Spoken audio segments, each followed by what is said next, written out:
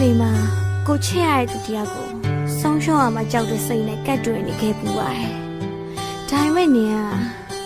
ငါထက်သားရဲ့ချစ်သူတရားကိုပိုင်ဆိုင်မှုထိုက်တန်တဲ့သူပါ။ဟုတ်ပါတယ်ငါကအရာရာမှာနေကြတဲ့သူဝေးရမှာကြောက်တဲ့စိတ်တစ်ခုနဲ့နင်းလက်ကိုဆွဲထားခဲ့သူငါမတရားခဲ့ဘူးဆိုတာကိုသိလဲနင့်ကိုဆွဲလို့မသွားချက်ဘူးဘာမှနားမလဲဘူးဆိုပြီးနို့နဲ့ဆွဲချခဲ့သူအမြဲတမ်းရှမ်းနေပဲဖြစ်ခဲ့အမြဲတမ်းပြဿနာတွေနဲ့ပဲအမြဲတမ်းသဘောထားချင်းကွဲလွဲအမြဲတမ်းစိတ်ထိုင်တာကြီးပဲငါနင့်ကိုပေးခဲ့စုံလုံးကအတွေးနဲ့ဒါရီကြောင့်ငါကနေနဲ့မထိုက်တဲ့ဘူးဆိုတာကိုပို့ပြီးသိလာစေတယ်ရုပ်ရည်ဥစ္စာကနောက်ပြီးတော့အောင်မြင်ဖို့ငါကနေရတဲ့စက်လုံးတွေနဲ့တခုမှဘာမဝင်ဘူးနောက်ထပ်ပဝင်းချိန်ကဝိုင်းလက်ညှိုးထိုးပြီးလှောင်ခြင်းသူဒီလိုသားဆက်ကောင်းတဲ့လူပြောက်လို့ယူချင်အောင်စောင့်ခြင်းဘူး